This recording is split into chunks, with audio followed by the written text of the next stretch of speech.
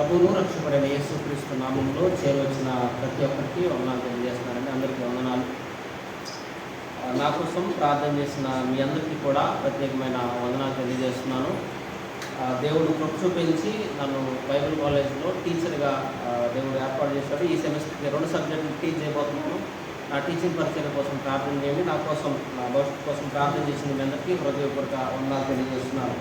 Right, ఉదయకాల ధ్యానం కోసం యెహోషువ గ్రంథము 1వ అధ్యాయము, యెహోషువ గ్రంథము 1వ అధ్యాయము 9 వచనాలను నేను మీకోసం చదువుతాను. మీరందరూ కూడా బైబిల్లో చాలా జాగ్రత్తగా చూడండి.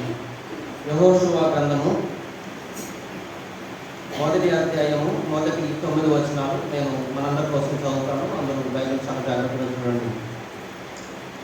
యెహోవా సేవకుడైన మోషే మృతి నొందిన తరువాత యెహోవా నూను కుమారుడును మోషే పరిచారకుడైన యెహోషువకు ఇలాగ సెలవిచ్చెను. నా సేవకుడైన మోషే మృతి పొందెను, కాబట్టి నీవు లేచి నీవును ఈ జనులందరూ ఈ యోర్దాను నది దాటి నేను ఇశ్రాయేలుకు ఇచ్చున్న దేశంలోకి వెళ్ళుడి. నేను మోషేతో చెప్పినట్లు మీరు అడుగుపెట్టు ప్రతి స్థలమును మీకు ఇస్తున్నాను. అరణ్యమును ఈ లెబనోను మొదలుకొని మహానది అయిన ఎఫ్రంటీసు నది వరకు, హిత్తీల దేశమంతయు పడమట మహాసముద్రం వరకును మీకు సరిహద్దు. నీవు బ్రతుకు దినములన్నిటను ఏ మనుషుడును నీ ఎదుట నిలవలేక ఉండును. నేను మోషేకు తోడైనట్లు నీకును తోడైను. నిన్ను విడువను, నిన్ను ఎడబాయను. నిబ్బరము కలిగి ధైర్యముగా నుండుము. వారికిచ్చేదనని నేను వారి పితరులతో ప్రమాణం చేసిన ఈ దేశమును నిశ్చయముగా నీవు ఈ ప్రజల స్వాధీనం చేసినవు. అయితే నీవు నిబ్బరము కలిగి జాగ్రత్త పడి బహుధైర్యముగా నుండి నా సేవకుడైన మోషే నీకు ఆజ్ఞాపించిన ధర్మశాస్త్రమంతటి చొప్పున చేయవలనను. నీవు నడుచు ప్రతి మార్గమును చక్కగా ప్రవర్తించినట్లు నీవు దాని నుండి కుడికి కానీ ఎడమకు కానీ తొలగిపోకూడదు. ఈ ధర్మశాస్త్ర గ్రంథము నీవు బోధింపక తప్పుకోకూడదు. దానిలో వ్రాయబడిన వాటన్నింటి ప్రకారము చేయుటకు నీకు జాగ్రత్త పడినట్లు దీవారాత్రము దానిని ధ్యానించిన ఎడల నీ మార్గమును వర్ధిలింపజేసుకొని చక్కగా ప్రవర్తించదు. నేను నీకు ఆజ్ఞ ఇచ్చున్నాను కదా. నిబ్బరము కలిగి ధైర్యముగా నుండుము, దిగులు పడకము, జడియకుము. నీవు నడుచు మార్గమంతటిలో నీ దేవుడైన యెహోవా నీకు తోడైయుండును. చిన్న ప్రార్థన చేసుకుందాం. కృప కలిగిన తండ్రి, దయగలిగిన దేవా, నీ పరిశుద్ధమైన పాదాలకు వందనాలు, స్తుతులు, స్తోత్రాలు తెలియజేస్తున్నాం. ఉదయకాల సమయంలో నీ వాక్యపు సత్యాలను మేము నేర్చుకోవడానికి మీరు మాకు సహాయం చేయండి. వాక్యం మీరు మాతో మాట్లాడి మమ్మల్ని బలపరచమంటూ మీ నామాన్ని హెచ్చించుకోమని యేసుక్రీస్తు నామంలో ప్రార్థన చేస్తున్నాం తండ్రి, ఆమేన్. రైట్, మంచి దేవుని సంగమా, మన జీవితంలో అన్ని రోజులు ఒకేలా ఉండవు. మన జీవితంలో అన్ని పరిస్థితులు ఒకేలా ఉండవు. రోజులు మారుతున్న కొద్దీ, నెలలు గడుస్తున్న కొద్దీ, సంవత్సరాలు మారుతున్న కొద్దీ మన జీవితంలో కొన్ని మార్పులు, కొన్ని చేర్పులు, అదేవిధంగా కొన్ని వాతావరణ మార్పులు, అదేవిధంగా జీవిత విధానాలు, పద్ధతులు మారుకుంటూ వస్తుంటాయి అన్నమాట. రైట్, ఉదాహరణకు చూసుకుంటే 10th క్లాస్ వాడికి ఒక ఆలోచన ఉంటుంది, నేను 11th ఎలా వెళ్ళాలి, 10th క్లాస్ పాస్ అవుతానా లేదని ఒక భయం. తర్వాత 12th అయినోడికి డిగ్రీ ఏం చదవాలని ఒక ఆలోచన, డిగ్రీ పాస్ అయినోడికి ఏ ఉద్యోగం సంపాదించుకోవాలని ఒక ఆలోచన, ఉద్యోగం వచ్చిందో లేదో అని చెప్పేసి. ఎగ్జామ్ రాసినోడికి ఒక టెన్షన్, ఏ విధంగా ఎగ్జామ్ రాశానని. రిజల్ట్స్ కోసం బాధపడేవాడే టెన్షన్ వాడికి, ఏ విధంగా నా రిజల్ట్స్ ఉంటాయి అని చెప్పేసి. సో అదేవిధంగా మనందరిలో కూడాను వయసు పెరుగుతున్న కొద్దీ బాధ్యతలు పెరుగుతాయి, భారం పెరిగింది, కొన్నిసార్లు భయం కూడా కలిగింది భవిష్యత్తు గురించి. రైట్, కొంతమందికి నా భవిష్యత్తులో నేనేం సాధిస్తాను, ఏ విధంగా ఉంటాను, ఏం తింటాను, ఏం తాగుతాను, ఏ విధంగా ఉంటాననే ఆలోచన పెరిగి కొంతమందికి భయం పెరిగిపోతుంది అన్నమాట. రైట్, సో మనం ఆలోచన చేసినట్లయితే యెహోషువను దేవుడు మోషే మృతి పొందిన తర్వాత యెహోషువకు కొన్ని బాధ్యతలు అప్పచెప్తున్నాడు. ఏంటి ఆ బాధ్యతలు అంటే, మోషే స్థానంలో యెహోషువను నాయకుడిగా నియమిస్తున్నాడు. ఇప్పుడు యెహోషువ చేతిలో పెట్టినటువంటి పని ఏదైతే ఉందో అది సులువైన పని కాదనమాట. చూద్దాము. ఇప్పుడు యెహోషువ ఇక్కడ ఉన్నాడండి. యెహోషువ ముందు యోర్దాను నది అని ఒక పెద్ద నది ఉంది. ఆ నది తర్వాత ఇటు పక్కనేమో హిత్తీయులు అనేటువంటి ఇశ్రాయేలుకు శత్రువులుగా ఉన్నటువంటి వారు ఉన్నారు. ఇటు పక్కనేమో కానాను దేశం ఉంది. వీళ్ళు యోర్దాను నది దాటి ఒకవేళ హిత్తీయులు యుద్ధానికి వస్తే వాళ్ళతో యుద్ధం చేసి గెలిచి ఆ కానాను ప్రాంతం వెళ్ళాలి. రైట్. ఇప్పటినేమో యెహోషువ వెనకాల ఎవరున్నారంటే ఇశ్రాయేల్ ప్రజలు అందరూ ఉన్నారు. ఇశ్రాయేల్ ప్రజల గురించి మనం ఆలోచన చేస్తే వీళ్ళందరూ ఏమన్నా మాట వినేవాళ్ళ అంటే అన్నిసార్లు వినేవాళ్ళు కాదు. వీళ్ళేమో కొన్నిసార్లు అవిధేయులు, కొన్నిసార్లు మూర్ఖులు, కొన్నిసార్లు వ్యతిరేకులు, కొన్నిసార్లు దేవుడు ఏర్పాటు చేసిన నాయకుడికి వ్యతిరేకంగా మాట్లాడేటువంటి వక్రజనం అన్నమాట. సో ఇప్పుడు ఈ ఇశ్రాయేల్ ప్రజలను నడిపించుకుంటూ యోర్దాను నది దాటి అటుపక్కన ఉన్న హుత్తీయులతో యుద్ధం చేయవలసి వస్తే వచ్చేసి అటుపక్కన ఉన్న కానానుకు వాళ్ళు వెళ్ళాలన్నమాట. సో యెహోషువ మీద నియమించినటువంటి బాధ్యత అంత సులభమైనదేం కాదు. రైట్. యెహోషువ మీద ఏర్పాటు చేసినటువంటి పని ఏదైతే ఉందో, పరిచర్య ఏదైతే ఉందో అది అంత సులభమైనటువంటి పని కాదు, అంత సులభమైనటువంటి పరిచర్య కూడాను కాదు. యెహోషువ గురించి మనం ఆలోచన చేస్తే నూను కుమారుడుగా ఉంటున్నాడు. నూను ఇశ్రాయేల్లో ఒక బాధ్యతగా బ్రతుకుతూ మిలిటరీ కమాండర్గా పనిచేస్తూ అదేవిధంగా వాళ్ళ లీడర్గా ఇశ్రాయేల్కు పనిచేశాడు. అయితే యెహోషువకి ఎటువంటి బాధ్యత లేదు, ఎటువంటి భారం లేదు, ఎటువంటి భయం లేదనమాట. తను ఒక సర్వసాధారణమైన సుఖవంతమైనటువంటి జీవితాన్ని చూస్తున్నాడు. అయితే ఒకసారి సడన్ గా దేవుడు, ఇదిగో యెహోషువ, ఎప్పటి నుంచి నువ్వు ఈ ఇశ్రాయేల్ ప్రజలను నడిపించాలి, నువ్వు ఈ యోర్దాను నది దాటించి ఆ హిత్తీయులతో ఒకవేళ యుద్ధం చేయాల్సి వస్తే యుద్ధం చేసి నువ్వు ఆ కానాను దేశానికి వాళ్ళకి నడిపించాల్సిన బాధ్యత నీకు అప్పచెప్తున్నానని చెప్పేసి దేవుడు యెహోషువని నాయకుడిగా నియమించడం జరుగుతుంది. రైట్. అయితే ఈరోజు ఉదయకాల సమయంలో నేను మీతో మాట్లాడాలనుకున్నటువంటి విషయం ఏంటంటే దేవుడు మనకు తోడై ఉంటాడు. ఇది నా టాపిక్. దేవుడు మనకు తోడై ఉంటాడు, ఇది నా టాపిక్. అయితే నా మెయిన్ ఐడియా ఏంటంటే దేవుడు తన ప్రజలకు తోడై సమస్తమును తానే ఉంటాడు. రైట్. దేవుడు తన ప్రజలకు తానే తోడై సమస్తమును తానే ఉంటాడు. అంటే he will be everything for us. Right. నాకు 3 విషయాలు ఉన్నాయి ఇక్కడ చెప్పడానికి. మొదటి 3 వచనాల్లో విశ్వాసులను దేవుడు ఏర్పాటు చేసుకుంటాడు, మొదటి విషయం. రెండవ విషయం, విశ్వాసులకు దేవుడు తోడై ఉంటాడు. మూడవ విషయం, విశ్వాసులను దేవుడు బలపరుస్తాడు. రైట్. దేవుడు విశ్వాసుల్ని ఏర్పాటు చేసుకుంటాడు. మొదటి 3 వచనంలో మనకు ఆ విషయం తెలుస్తుంది. తర్వాత 4వ వచనం నుంచి 3వ వచనం వరకు విశ్వాసులకు దేవుడు తోడై ఉంటాడు, అది రెండవ విషయం. మూడవ విషయం, విశ్వాసులకు దేవుడు బలపరుస్తాడు, విశ్వాసాన్ని బలపరుస్తాడు ప్రతి సందర్భంలో, ప్రతి విషయంలో. ఇప్పుడు దేవుడు ఏర్పాటు చేసుకున్నటువంటి యెహోషువను మనం చూద్దాం. యెహోషువ మీద పెట్టిన పరిచర్య భారాన్ని చూద్దాం. అదేవిధంగా ఆయనకు పెట్టినటువంటి ధైర్యాన్ని చూద్దాం. దేవుడు యెహోషువని ఏ విధంగా ధైర్యపరిచాడో కూడా మనం చూద్దాం అన్నమాట.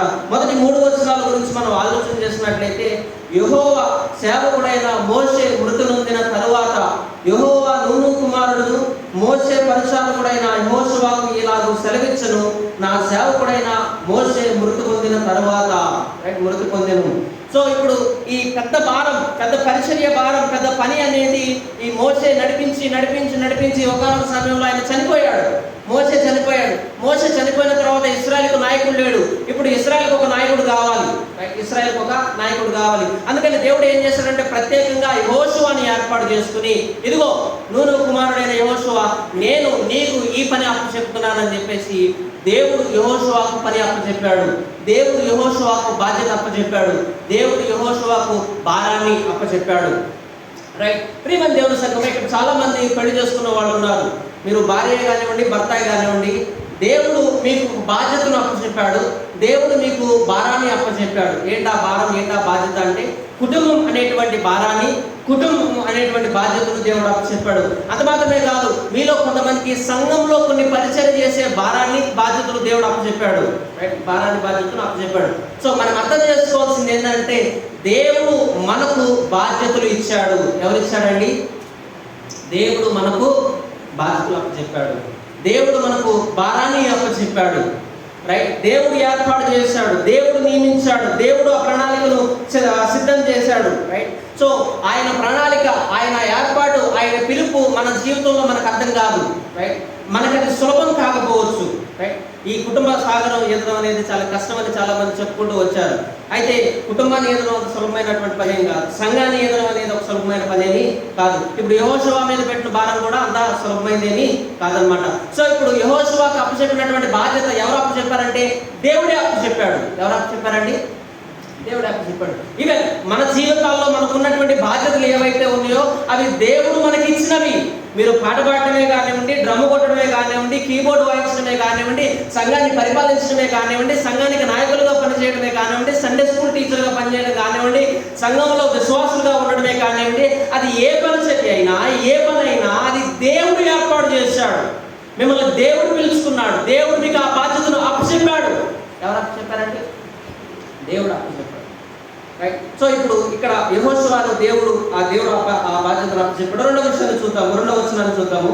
కాబట్టి నీవు లేచి నీవును ఈ జనులందరూ ఈ యోర్దాను నది దాటి నేను ఇశ్రాయేలుకున్న దేశమునకు వెళ్ళుడి. నేను మోషేతో చెప్పినట్లు మీరు అడుగుపెట్టు ప్రతి స్థలమును మీకు ఇచ్చెదను. రైట్. సో దేవుడు పిలుచుకున్నాడు, దేవుడు ఏర్పాటు చేసుకున్నాడు, దేవుడు తన జీవితంలో ఏర్పాటు చేసినటువంటి పనిని చెప్తున్నాడు.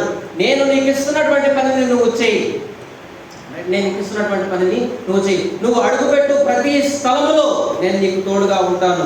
రైట్. ఈ యోర్దాను నది దాటే విషయంలోనే కానీ, అటుపక్కున్నటువంటి హిత్తీలతో యుద్ధం చేసే విషయంలోనే కానీ, కానాను చేరుకునేటువంటి విషయంలోనే కానీ నేను నీకు తోడుగా ఉంటాను, నేను నీకు సహాయం చేస్తానని చెప్పేసి దేవుడు చెప్తూ ఉన్నాడు. రైట్. నువ్వు అడుగుపెట్టి ప్రతి స్థలంలో నేను నీకు ఇస్తానని చెప్పేసి అన్నాడు. సో మొదటి విషయం మనం అర్థం చేసుకోవాల్సింది ఏంటంటే, విశ్వాసుల జీవితంలో విశ్వాసులను దేవుడు పిలుచుకున్నాడు, విశ్వాసులను దేవుడు ఏర్పాటు చేసుకున్నాడు. రైట్. ఈ ముంబై మహాప్రాంతంలో 7 కోట్ల మంది ప్రజలు ఉండగా దేవుడు నిన్ను నన్ను ఏర్పాటు చేసుకున్నాడు, ఎన్నిక చేసుకున్నాడు, పిలుచుకున్నాడు తన బిడ్డలుగా ఉండడానికి. రైట్. ఇంకో విషయం చెప్పాలంటే, దేవుడు బిడ్డలుగా ఉండడం అనేది మన జీవితంలో గొప్ప భాగ్యం. దేవుడు పని చేయడం అనేది గొప్ప ధన్యత.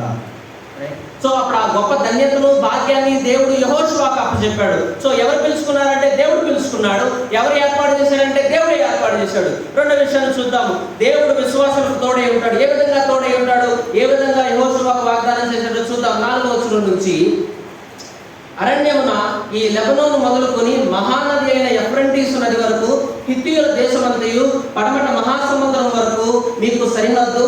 నీవు బ్రతుకు దినములన్నిటిను ఏ మనుషుడును నీ ఎదుట నిలవలేక ఉండునని నేను మోషేకు తోడై ఉన్నట్లు నీకును తోడై ఉంటాను. ప్రియ దేవుని సంగమా, నా మాటలు వినండి. ఈ భూలోకంలో మీకు ఎవరు తోడుగా ఉన్నా లేకపోయినా, ఈ భూలోకంలో ఎవరు మిమ్మల్ని విశ్వసించినా విశ్వసించకపోయినా, ఎవరు మీకు అండగా ఉన్నా లేకపోయినా, మనం నమ్ముకున్నటువంటి దేవుడు మనకు నిత్యము నిరంతరము అన్ని పరిస్థితుల్లో తోడై ఉండేటువంటి దేవుడు ఆయన. He will be with us. ఈ లోకంలో ఉన్నటువంటి సంబంధాలు, సహవాసాలు, స్నేహితులు, బంధువులు మనతో ఉన్నా లేకపోయినా దేవుడు మనతో ఉంటాడని వాగ్దానం చేశాడు. దేవుడు సేవకుడిగా ఈ మాట చెప్తానని చూడండి.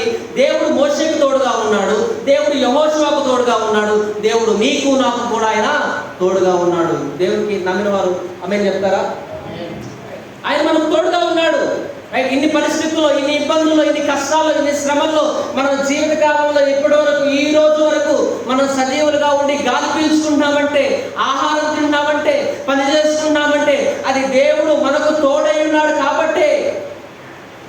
దేవుడు మనకు తోడై ఉన్నాడు కాబట్టి. సో దేవుడు మోషేకి ఏ విధంగా అయితే తోడుగా ఉన్నాడు, ఇటుపక్క యెహోషువకు కూడా అదే విధంగా తోడై ఉంటానని ఆయన వాగ్దానం చేశాడు. సో ఒకసారి మనం మోషే పరిచర్యను ఆలోచన చేసినట్లయితే, మోషే ఆయన చేసినటువంటి పరిచర్య అంతట్లో కూడా ఆయన నమ్మకమైన వాడిగా పిలువబడ్డాడు. రైట్. దేవుడు అతనికి స్నేహితుడు అని చెప్పేసి, దేవుని హృదయానుసారం అని చెప్పేసి, దేవుడు సాత్వికుడు అని చెప్పేసి వాగ్దానం చేయడం జరిగింది. బైబిల్ చెప్తా ఉంది మనకు ఆ విషయాలు. అంత మాత్రమే కాదు, ఆయన పరిచర్య అంతట్లో కూడా ఎర్ర సముద్రాన్ని 2 పాయలుగా చేశాడు. తర్వాత ఈ ఇశ్రాయేలు ప్రజలందరినీ 40 సంవత్సరాల అరణ్యంలో నడిపించాడు. రైట్. ఒక నాయకుడుగా 40 సంవత్సరాల పాటు ఇశ్రాయేలు ప్రజలను నడిపించడం అంటే అది మామూలు విషయం కాదండి. అదంత సులువైనటువంటి పనిని కాదు, చాలా కష్టమైన పని. అనేక సందర్భాల్లో మోషేను దూషించారు, అవమానించారు, నిందలు వేశారు. రైట్. నిందలు వేశారు. నువ్వేం మనిషివయ్యా, ఐగుప్తులో బానిసలుగా మేము దర్జాగా బ్రతుకుతుంటే మమ్మల్ని అడవిలోకి తీసుకొచ్చి చంపడానికి చూస్తున్నావా? మాకేమో సరిగ్గా మాంసం లేదు, మాకేమో ఎప్పుడు ఈ మన్నా మన్నా మన్నా అని రుచిలేని మన్నాని ఇస్తున్నాం అని చెప్పేసి చాలాసార్లు సనుక్కున్నారు, గొనుక్కున్నారు. దేవుడికి వ్యతిరేకంగా మాట్లాడాడు, దేవుడికి వ్యతిరేకంగా మాట్లాడారు. అదేవిధంగా దేవుడు ఏర్పాటు చేసిన సేవకుడికి వ్యతిరేకంగా కూడా వాళ్ళు మాట్లాడారు. ఈ సమస్యలన్నింటిలో కూడా, ఈ ఇబ్బందులన్నింటిలో కూడా మోషే గుర్తుపెట్టుకున్న ఒకటే ఒక విషయం, ఏది ఏమైనప్పటికీ కూడా నా జీవితానికి తోడుగా ఉంది నా దేవుడు. ఏ పరిస్థితి అయినా, ఏ ఇబ్బంది అయినా, ఏ ఉపద్రవమైనా, ఏ కష్టమైనా, ఏ లోటైనా, ఏ సాకైనా, ఏ ఇబ్బంది అయినా సరే నా దేవుడు నాకు తోడుగా ఉన్నాడు. ప్రియమైన దేవుని సంగమా, నేను చెప్పాను కదా, మన జీవితంలో అన్ని రోజులు అన్ని పరిస్థితులు ఒకేలా ఉండకపోవచ్చు. కొన్నిసార్లు కష్టాలు రావచ్చు, కొన్నిసార్లు ఇబ్బందులు రావచ్చు, కొన్నిసార్లు శ్రమలు రావచ్చు, కొన్నిసార్లు ప్రార్థనకు బదులు కన్నీళ్ళే రావచ్చు. అయినప్పటికీ నేను ఇంకో విషయం చెప్తున్నాను, దేవుడు మనకు తోడై ఉన్నాడు. దేవుడు మనకు తోడై ఉన్నాడు. ఆయన ఎప్పుడు విడిచిపెట్టలేదు, ఆయన ఎప్పుడు వదిలిపెట్టలేదు, ఆయన ఎప్పుడు మనకి అన్యాయం చేయలేదు. కొన్ని మాటలు మనం చూద్దాము. ద్వితీయోపదేశ కాండము 31వ అధ్యాయము 6వ వచనాన్ని మనం చదువుదాం. చదవండి. భయపడకుడి, వారిని చూచి దిగులు పడకుడి, నేను నీతో కూడా వచ్చున్నవాడు నీ దేవుడైన యెహోవాయే, ఆయన నిన్ను విడువడు, నిన్నెన్నడూ కూడా ఆయన ఎడబాయని దేవుడు. అదేవిధంగా హెబ్రీయులకు రాసిన పత్రిక 13వ అధ్యాయం 5వ వచనం. హెబ్రీయులకు రాసిన పత్రిక 13వ అధ్యాయం 5వ వచనం.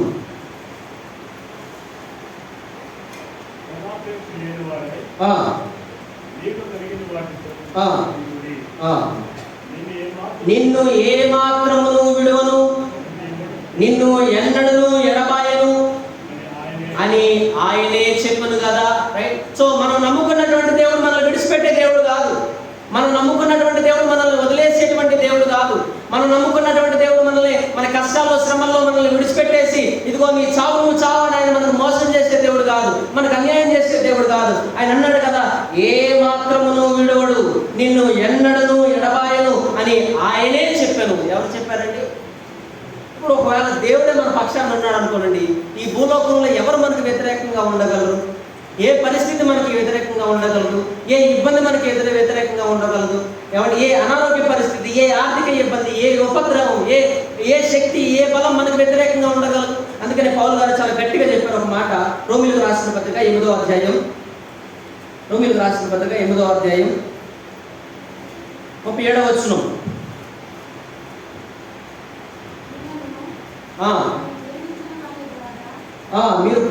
మనల్ని ప్రేమించిన వాని ద్వారా మనం వీటన్నిటిలో అత్యధిక విజయమును పొందుచున్నాము.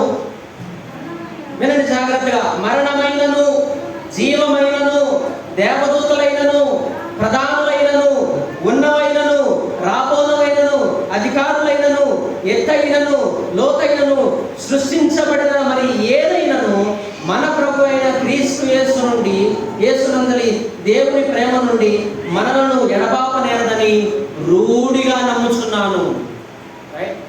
సో అపోస్తలుడైన పౌలుకు భయం లేదు, మోషేకి భయం లేదు. ఇప్పుడు దేవుడైన యెహోషువతో చెప్తున్నటువంటి మాట ఏంటంటే, నువ్వు భయపడాల్సిన అవసరం లేదు, నేను నీకు తోడై ఉన్నాను. ఏ అధికారం వచ్చినా, ఏ ప్రభుత్వం వచ్చినా, ఏ ఇబ్బంది వచ్చినా, ఏ వ్యతిరేకత వచ్చినా నేను నీకు తోడై ఉంటాను, నేను నీకు తోడై ఉంటాను. ఆ విధంగా దేవుడు ఆయన ఏర్పాటు చేసుకున్నటువంటి ప్రజలకు, ఆయన పిలుచుకున్నటువంటి ప్రజలకు, ఆయన అప్పచెప్పినటువంటి బాధ్యతల్లో ఆయన తోడై ఉండేటువంటి దేవుడు అన్నమాట. మన జీవితంలో మనకున్నటువంటి ధైర్యం, మనకున్నటువంటి నమ్మకం, మనకున్నటువంటి బలం ఏంటంటే మన దేవుడు మనకు తోడై ఉన్నాడు. రైట్. తర్వాత ఇంకొక విషయాన్ని మీకు చెప్తాను చూడండి. తర్వాత 3వ విషయం ఏంటంటే 6వ వచనం నుంచి 9వ వచనం వరకు యెహోషువ గ్రంథము వాగ్దానం చేస్తున్నాడు దేవుడైన యెహోవా యెహోషువతో ఏమనంటే, నిన్ను విడువను, నిన్ను ఎడబాయను, నిబ్బరము కలిగి ధైర్యముగా నుండుము. వారికిచ్చుదనని నేను వారి పితరులతో ప్రమాణం చేసిన ఈ దేశమును నిశ్చయముగా నీవు ఈ ప్రజలు స్వాధీనం చేసుకుంటారు. దేవుడైన యెహోవా ఇశ్రాయేలు ప్రజలకు ఒక రాజ్యం ఇస్తానని, ఒక ప్రదేశాన్ని ఇస్తానని వాగ్దానం చేశాడు. ఏంటి ఆ వాగ్దానం అంటే, ఆదికాండం 12వ అధ్యాయం మొదటి 2 వచనాల్లో మనం ఆ వాగ్దానాన్ని చూడవచ్చు. ఆదికాండం 12వ అధ్యాయం మొదటి 2 వచనాలు. యెహోవా అబ్రహాముతో చెప్తున్నాడు ఏమనంటే, నీవు లేచి నీ దేశము నుండి, నీ బంధువుల యొద్ద నుండి, నీ తండ్రి ఇంటి నుండి బయలుదేరి నేను నీకు చూపించు దేశమునకు వెళ్ళుము. నిన్ను గొప్ప జనముగా చేసి నిన్ను ఆశీర్వదించి నీ నామమును గొప్ప చేసేదును, నీవు ఆశీర్వాదముగా ముందుకు. రైట్. సో దేవుడు ఇశ్రాయేలు ప్రజల్ని ఏర్పాటు చేసుకున్నాడు, పిలుచుకున్నాడు. ఎందుకంటే ఆయన మహిమ కోసం ఆయన వాళ్ళు ఆరాధించాలని చెప్పేసి. ఇప్పుడు అదే ఆశీర్వాదాన్ని కొనసాగిస్తూ ఆయన అన్నాడు కదా యెహోషువ ఏమనంటే, నేను మీ పితరులకు చేసిన వాగ్దానాన్ని నీ ద్వారా నెరవేరుస్తాను. ఒకసారి మనం ఆలోచన చేద్దాం. ఎంతమంది కానానికి వెళ్ళారండి? చెప్పండి, ఎంతమంది కానానికి వెళ్ళారు? ఎవరండి? ఇద్దరే వెళ్ళారు. ఎవరు వాళ్ళు? యెహోషువ, కాలేబు. ఇప్పుడు దేవుడైన యెహోవా యెహోషువతో చేసిన వాగ్దానాన్ని నెరవేర్చలేదా? ఏమండి? ఆయన చేసిన వాగ్దానాన్ని ఆయన నెరవేర్చడానికి అన్నాడు కదా, ఏమనంటే, నేను నీ పితరులకు వాగ్దానం చేసినటువంటి స్థలం ఏదైతే ఉందో, నేను మీ పితరులకు చేసిన ప్రమాణం చేసిన ఈ దేశమును నిశ్చయముగా నీవు నీ ప్రజలు స్వాధీనపరుచుకుంటారు. ఆ వాగ్దానాన్ని ఆయన నెరవేర్చాడు. రైట్. మనం అర్థం చేసుకోవాలి, మన జీవితంలో మనల్ని పిలుచుకున్న దేవుడు, మన జీవితంలో మనల్ని ఏర్పాటు చేసుకున్న దేవుడు, మన జీవితంలో మనకు తోడైన దేవుడు, మన జీవితంలో ఆయన మనకు సహాయం చేసే దేవుడు గాను, ఆయన వాగ్దానాన్ని నెరవేర్చే దేవుడు గాను ఆయన ఉన్నాడు. అందుకని అన్నాడు కదా, ఏమనంటే, అయితే నీవు నిబ్బరము కలిగి జాగ్రత్త పడి బహుధైర్యంగా ఉండు. నా సేవకుడైన మోషే నీకు ఆజ్ఞాపించిన ధర్మశాస్త్రం అంతటి చొప్పున చేయవలనని. తర్వాత నీవు నడుచు ప్రతి మార్గమున చక్కగా ప్రవర్తించినట్లు నీవు దాని నుండి కుడికి కానీ ఎడమకు కానీ తొలగిపోకూడదని, ఈ ధర్మశాస్త్ర గ్రంథము నీవు బోధింపక తప్పిపోకూడదని, దానిలో నుండి వ్రాయబడిన వాటన్నిటి ప్రకారము చేయుటకు నీవు జాగ్రత్త పడినట్లు దేవరాత్రము దాన్ని ధ్యానించిన ఎడల నీ మార్గమును వర్ధింపజేసుకుని చక్కగా ప్రవర్తించదువు. నేను నీకు ఆజ్ఞాపిస్తున్నాను కదా, నిబ్బరము కలిగి ధైర్యముగా నుండుము, దిగులు పడకము, జడియకము. నీవు నడుచు మార్గమంతటిలో నీ దేవుడైన యెహోవా నీకు తోడై ఉంటాడు. సో ఇప్పుడు దేవుడు యెహోషువకు ఒక ప్రమాణం చేశాడు. ఏంటంటే, నేను నీ పితరులకు ఏ విధంగా అయితే తోడుగా ఉన్నానో అదే విధంగా నేను నిన్ను బలపరుస్తాను. నేను నిన్ను తోడుగా ఉండి నిన్ను ఆయుక్తపరుస్తాను. నీ జీవితంలో నువ్వు ఫలభరితంగా మారుతావు. నువ్వు భయపడొద్దు, నువ్వు జడవద్దు, నువ్వు దిగులు పడొద్దు, నేను నీకు తోడై ఉంటానని భరోసా ఇచ్చాడు. ఏం చేశాడంటే, భరోసా ఇచ్చాడు. ఇప్పుడు ఆ భరోసాలో ఒక షరతు ఉంది. ఏంటంటే, ఈ వాక్యం అంతట్లో కూడా యెహోషువకు ఉన్నటువంటి షరతు ఏంటంటే, నువ్వు ధర్మశాస్త్రాన్ని నువ్వు ధ్యానించాలి, ధర్మశాస్త్రాన్ని నువ్వు ఆచరించాలి, ధర్మశాస్త్రాన్ని నువ్వు బోధించాలి. రైట్. 3 విషయాలు దేవుడైన యెహోవా యెహోషువకు చెప్పాడు. నువ్వు ధర్మశాస్త్రాన్ని ధ్యానించడం విషయంలో, ధర్మశాస్త్రాన్ని అనుసరించడంలో, ధర్మశాస్త్రాన్ని బోధించడంలో, ఈ 3 విషయాలు నీ జీవితంలో నువ్వు సక్రమంగా చేయాలి. అప్పుడు నువ్వు రాజుగా, నువ్వు అధిపతిగా నువ్వు వర్ధిల్లుతావు.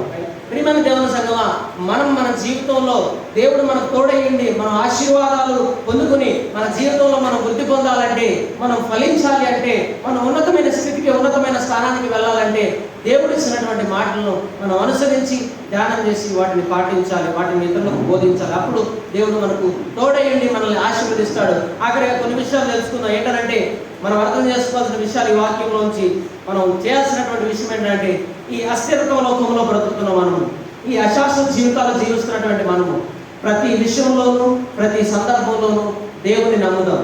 ఏ విధంగా మోషే దేవుడిని నమ్మాడో, ఏ విధంగా యెహోషువ దేవుడిని నమ్మాడో, అదే విధంగా నువ్వు నేను కూడా దేవుని నమ్ముదాం, ఆయన మీద విశ్వాసం ఉంచుతాం మనం ప్రతి పరిస్థితిలోనూ. రెండో విషయం ఏంటంటే, ఆయన వాక్యాన్ని మనం ధ్యానం చేద్దాం, ఆయన వాక్యాన్ని మనం ఆచరిద్దాం, ఆయన వాక్యాన్ని ఇతరులకు మనం బోధిద్దాం. మూడవది, దేవుడు మనకు తోడై ఉన్నాడు. ఈ భూలోకంలో ఉన్న ఏ శక్తి, ఏ పరిస్థితి మనల్ని దేవుడి నుంచి దూరం చేయదు. దేవుడు మనకు తోడుగా ఉన్నాడు కాబట్టి మనం దేవుణ్ణి వెంబడిస్తూ ధైర్యాన్ని కలిగి మనం జీవితంలో ముందుకు సాగుదాం. మన జీవితంలో మన పరిస్థితులు ఏదైనా ఒక విషయాన్ని నేను చెప్పి ముగిస్తున్నాను. ఏంటంటే, దేవుడు మనకు తోడై ఉన్నాడు. దేవుడు మనకు అప్పచెప్పిన బాధ్యతే కానివ్వండి, దేవుడు మన మీద పెట్టిన భారమే కానివ్వండి, మన ప్రతి పరిస్థితిలో, మన ప్రతి ఇబ్బందిలో, మన ప్రతి కన్నీటిలో, ప్రతి ఇరుకులో, ప్రతి సమస్యలో ఆయన మనకు తోడై ఉన్నాడు. ఆయన మనకు తోడై ఉన్నాడు. సో ఆయన మీద విశ్వాసం ఉంచి మన జీవితంలో మనం ముందుకు సాగుతాం. దేవుడి కొద్ది మాటలు మన ఇంట్లో దీవించి ఆశీర్వదించిన కాక. ఆమేన్.